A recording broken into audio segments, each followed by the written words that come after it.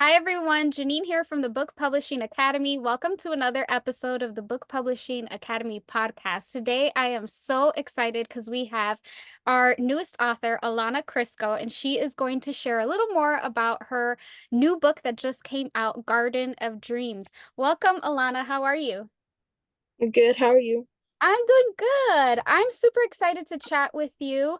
Just to give you guys a little background on Alana, she was one of the teen authors that went through our um, scholarship program in Perth Amboy, New Jersey, through the Perth Amboy Public Library, and she went through the rigorous application process.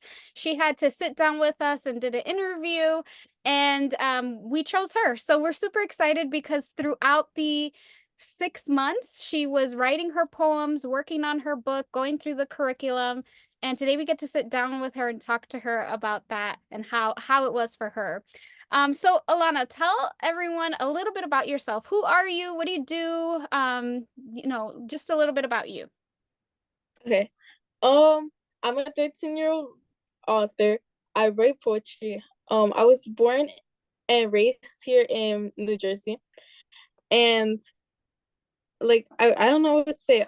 Um, I just have a passion for poetry. And that's why I wrote my book, Garden of Dreams, on poetry. I Because I have love it. passion. I love it. What inspired you to write a book? Well, I had the opportunity to just write a book, so I took it. Oh, okay. And the reason it was poetry was because I'm very passionate about it. I love it. So prior to finding the opportunity to publish the book, did you ever think about writing a book? I did actually. I didn't actually think it was gonna happen because I was like, how am I gonna write a book? I don't know how to. Like, I don't know how to do copyright. I don't know how to do any of that. So I didn't know how to at all. I love that. That's awesome. And so you're 13 in school. What grade are you in? I'm in eighth. Eighth grade. So how do you manage writing a book and like school and I don't know if you do sports or extracurricular activities, like how do you manage all of that? I just make time for it. So like, not that I have a schedule, but like I just have it in my brain. So I'm like, I've been doing homework for a while. Let me like relax or like write some poetry. Or say I had like, cause I do theater, musical theater. So say I got back from musical theater, I'm like, oh, let me do some poetry or do some homework. I love So it. So you have a really good balance between the two. What would you say for your book? What type of poems are in there? Like what do you write about? there's different themes. So I have 10 themes, each conclude of 5 poems. If you don't mind, I'm gonna open so I Of can course. read the different ones.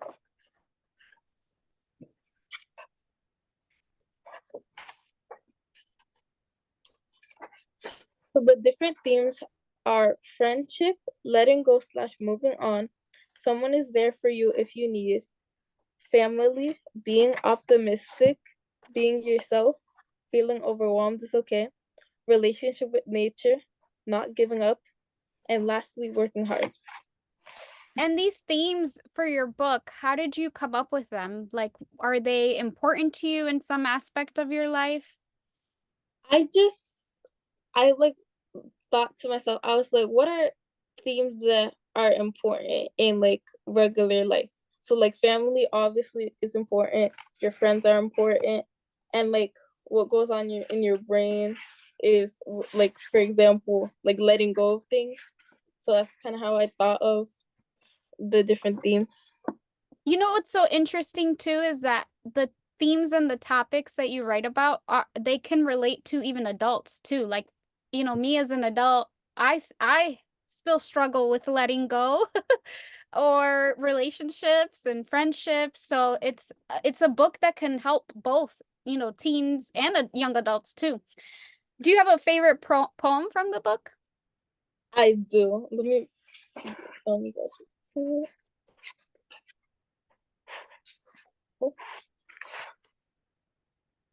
I'm sorry. No, you're fine.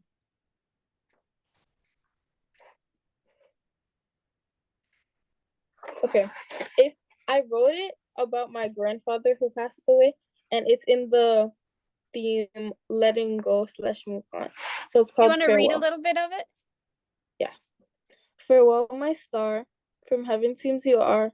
Although you are far, you still are bizarre. Farewell, my best friend. To heaven you ascend. I will love you to the end and cherish you to the extent. I love it. It's a sweet poem, but it's short and to the point too. And yeah, wow. That's such a cute poem. I like it. And it talks about Thank grief, you. like missing someone. So, I love it. Um, how did you talk to us about like how did you come up with like figuring out what poems to put in there? Did you write some that didn't make the cut that you're like, I don't know about this? I did. Some of them were like ones that I didn't feel followed the theme, and some if you look in my book, all of my poems are poems that rhyme. So I had a few imagery poems that didn't rhyme, and I wanted to follow on theme, so I all my poems could be rhyming. So those didn't make the book. It's all good because that means you can write another book for those poems. So, um, did you face any challenges when you were writing your book? I experienced writer's block, so I had no idea what to write. I had no ideas. So I would say that was one of the challenges, and as well as managing schoolwork and this. Mm-hmm. And writer's block, I think for poetry is like 10 times harder because it's not like you have a book that it's like one theme and you just have a story that you're going with. It's like different poems. So you have to constantly come up with new ideas. And I think Yeah. writing a poetry book, writer's block is way harder. What did you do to get out of the writer's block? Like what helped you? I just really focused on the themes, and I was like, what reflects off this theme? Like, what are different things that are like part of this topic? Mm-hmm. I like that. That's a good advice for people that might go through writer's block. I tend to sometimes I just go outside. I try not to force it. I'm like, I need to get away from my computer or my desk and I'll go to the park. And at the park I get all these ideas. Or sometimes going to like the bookstores really helps because you get to see other people's books and like what they're writing about? Yeah. Tell us a little bit about your experience working with the Book Publishing Academy. How was that for you? I would say, since you were a mentor, I would say you were very helpful, and I have your book right here, so I'm just gonna show.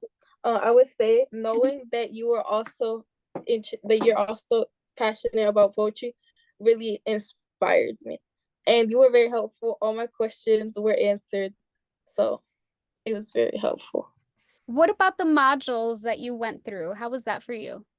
They taught me how to write a book, so I know there was one thing that was talking about. Oh, what is it? I don't really remember. I'm sorry. But yeah, the modules were like helping me to talk about how to write a book and the different steps. Do you think that if you wouldn't have had the modules or like a mentor to help you, that you would have been able to publish the book? I feel like I could have, but it wouldn't have been as thought out and organized as if with you guys. Mm-hmm. Mm-hmm.